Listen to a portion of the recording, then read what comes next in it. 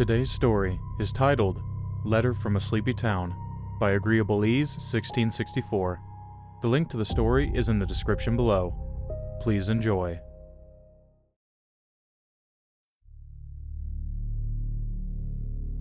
Caroline, my sweet Caroline. Dawn to me into the world, the sun never ceased to shine down on you, and it seemed that wherever you are, the sun has also gone. It is rainy today, and has been since your funeral. I wish to have crawled into that box with you, to have looked up at the sky as the dirt fell onto us, sealing us in love, in life, and in death. Now I look up at the sky as the rain falls and seals me in my solitary sorrow, alone at the edge of the world, drowning in grief, unable to swim up for air, for I cannot find the surface, just an endless abyss, no light to permeate, just darkness, darkness. The clouds grow blacker by the second, the rain falls harder, car headlights fade into view, then they go past. I'm near the lake now, the same lake we used to picnic at Caroline, the lake you drowned in. The rain undermines my tears as I walk past this far shore of the lake. The longer I walk, the more scarce the car headlights become. I am well out of town now. I've probably been walking for an hour. Caroline, there is a vast emptiness at my side, where you should be. I am in pieces without you. I am hollow. I am empty. I am nothing. I've stared into the abyss, and the abyss has taken every part of me and replaced it with a piece of itself until I and the abyss have become one. No light to permeate, just darkness. Darkness. What an ironic scene it would have been to see, had anyone been around. As I began my walk, I sang our song. You are my sunshine. A song about the sun at such a time as this, when its presence has not been felt in days. Still, I sang it. When I grew tired of singing, I whistled it. When I grew tired of whistling, I hummed the tune. Then once I had grown tired of humming, the void fell silent again. The sounds of rainfall echoing through its hollow abyss. Thunder rolled over the whole expanse of the firmament, like some great beast calling out from the very depths of the pit, the bottom of the void, reverberating into the furthest depths of my abyss. Caroline, perhaps this is all too much. I hate to burden your freed soul with the woes of one still in the shackles of mortality, but I must tell all these things to someone, and God won't listen to me. He didn't in your hospital room. He didn't at your funeral. To really think of it, I don't think he's listened to me at all. Not about you. If he had, you'd still be here. Caroline, why did we never venture further west of town than the lake? I've just noticed a sign for a nearby town, and I can't say I can recall ever having gone there. Lakeview Falls. Nice name for a town, really. Nice enough that I feel that we'd have visited here, had we known of the place.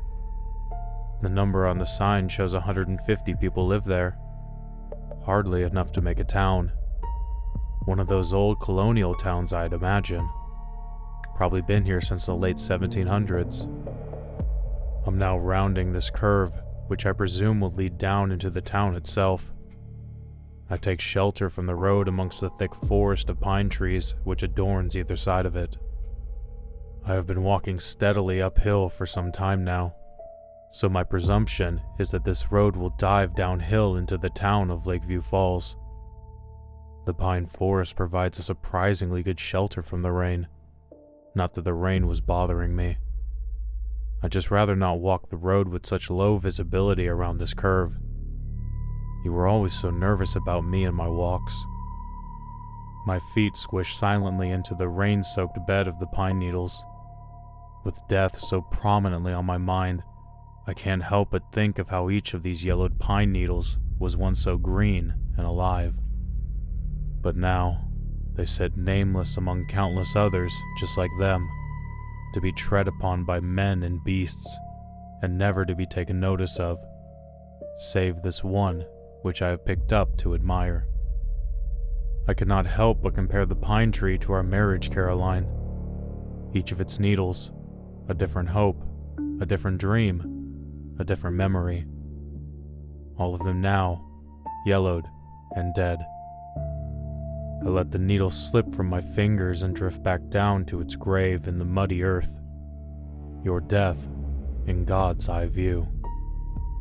I walk on around the bend and can see now that the road does drop off steeply down into the town below it.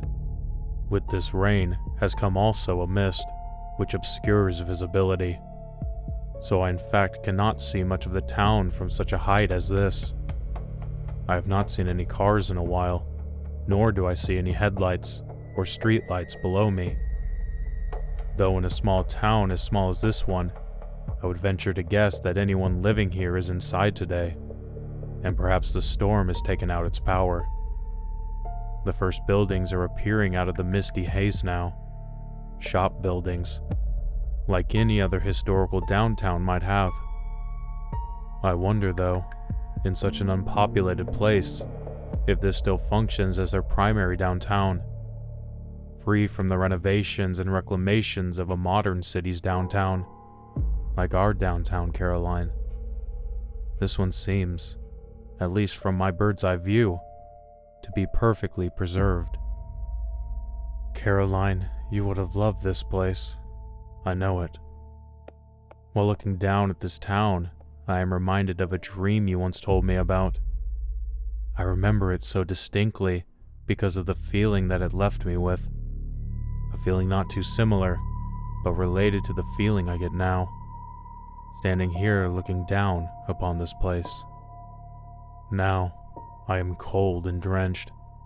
My feet sink just slightly into the rain-soaked ground.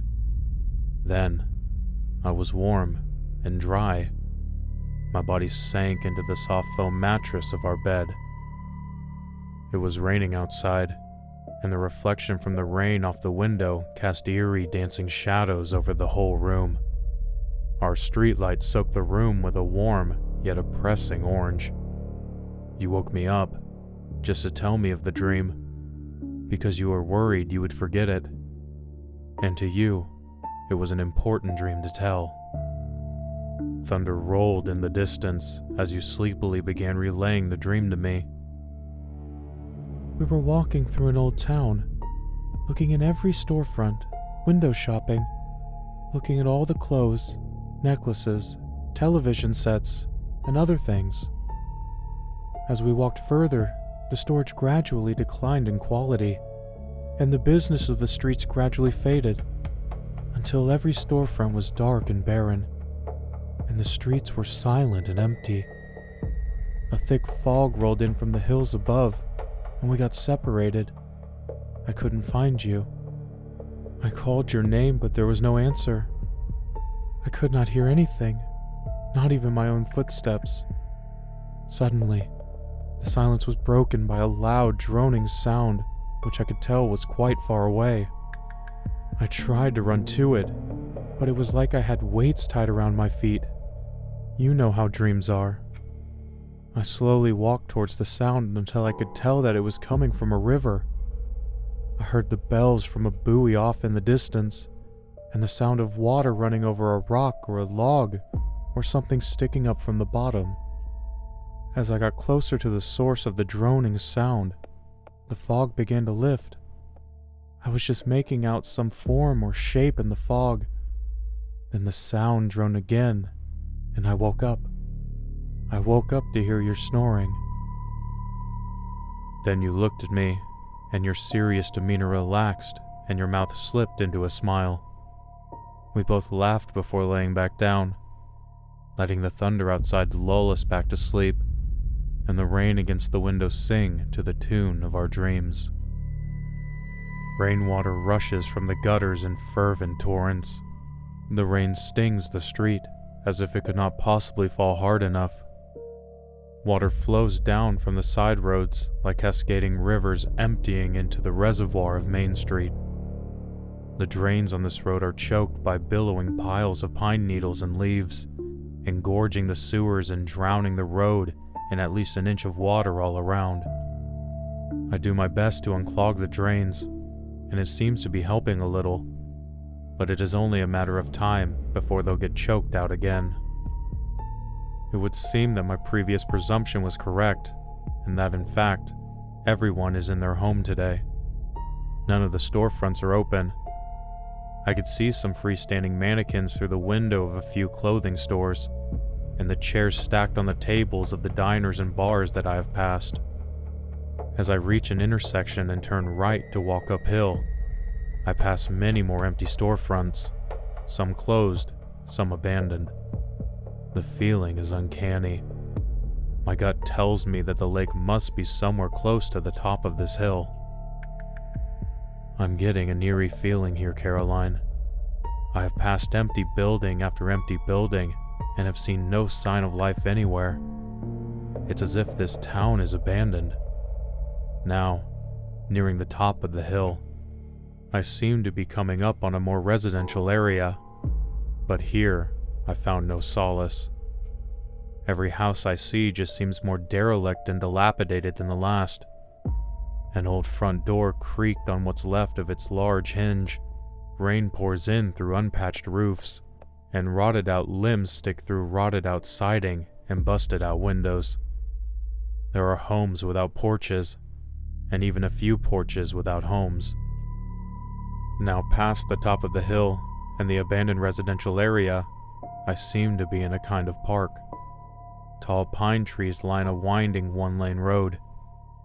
Through the rain, I can just make out the lake a few hundred yards ahead. It's strange. Now that I am nearing the edge of town, the mist seems less dense.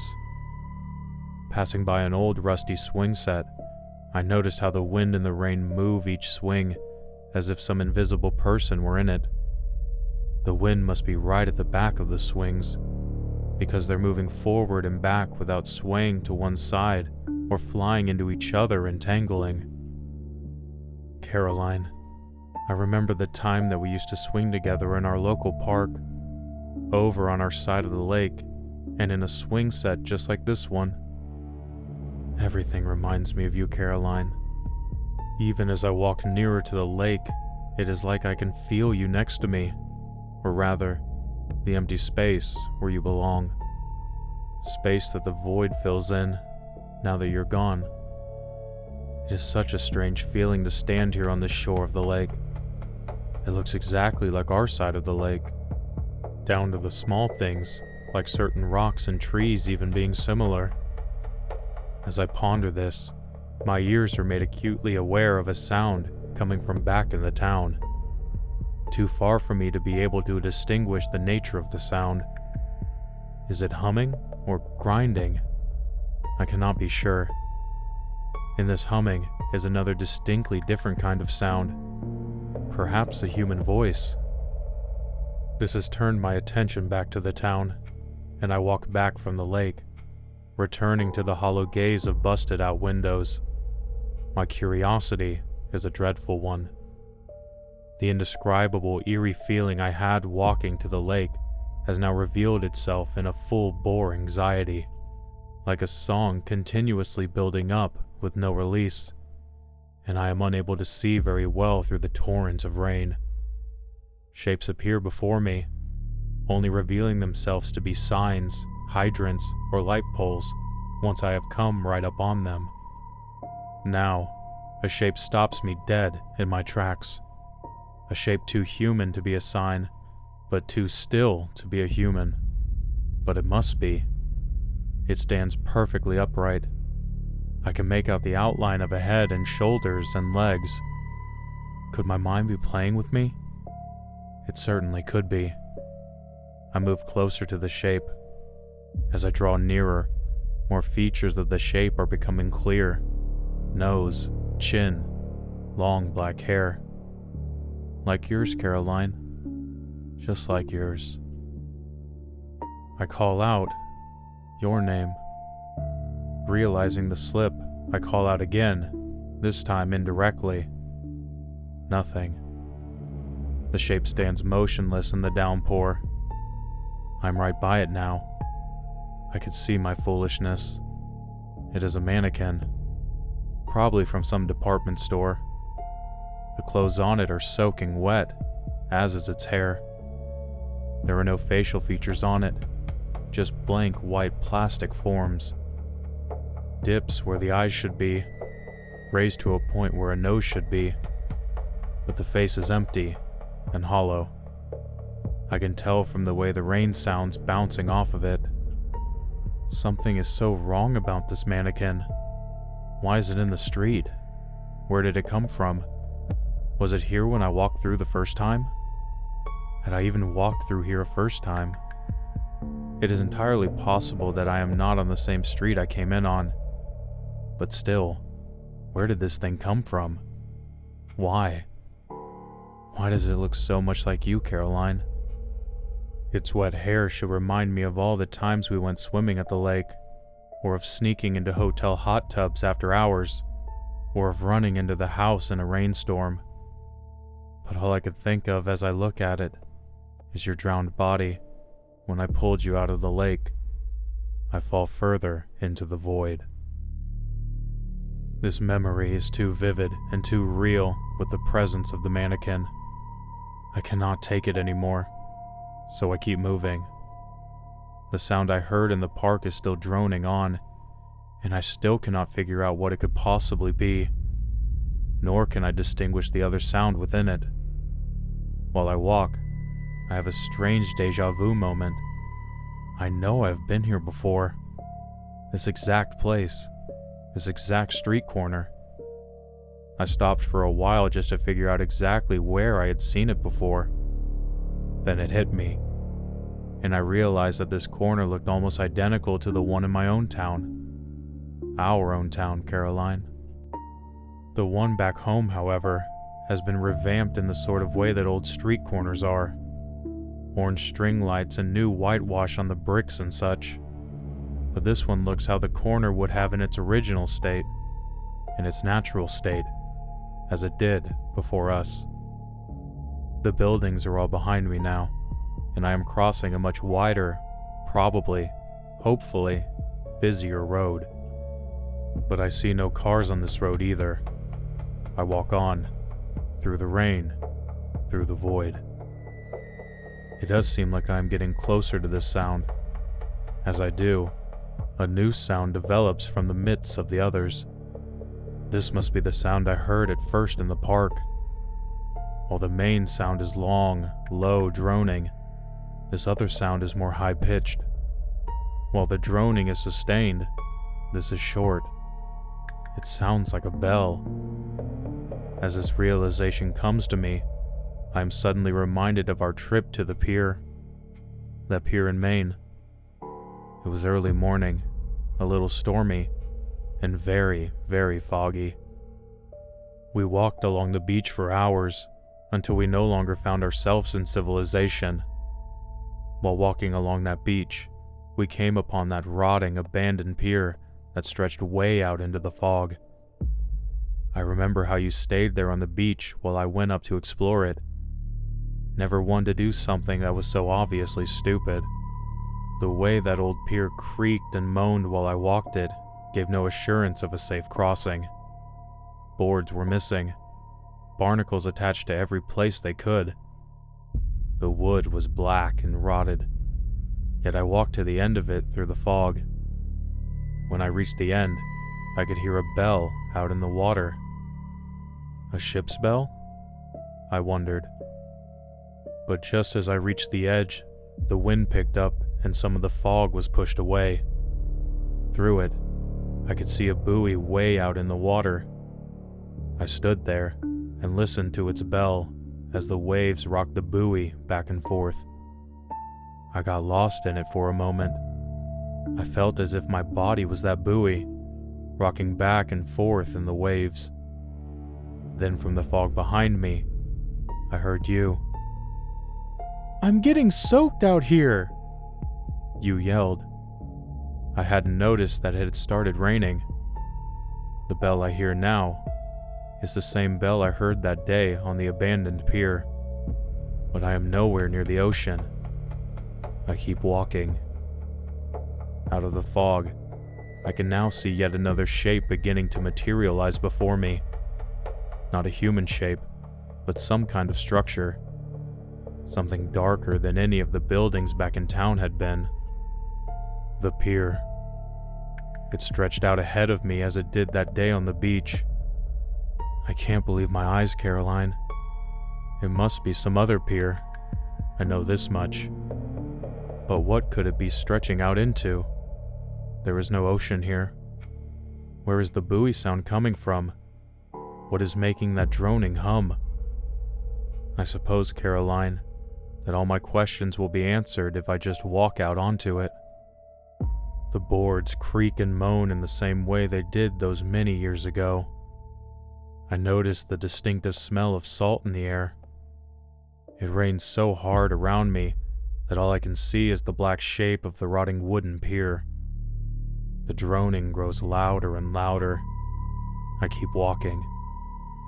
I hear the buoy's bell's rhythmic ding. The droning grows louder. I can feel myself swaying in the air as that buoy does in the water. I walk further.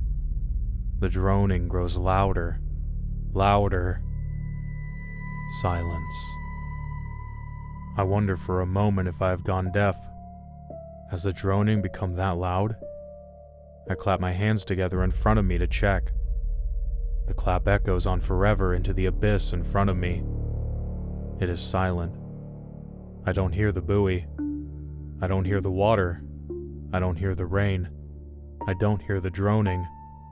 All I hear is my heart beating. It is still. And in that deafening silence, I heard you. Then I looked and I see before me a large void. At the bottom of the void there is water, and in that water I see a buoy.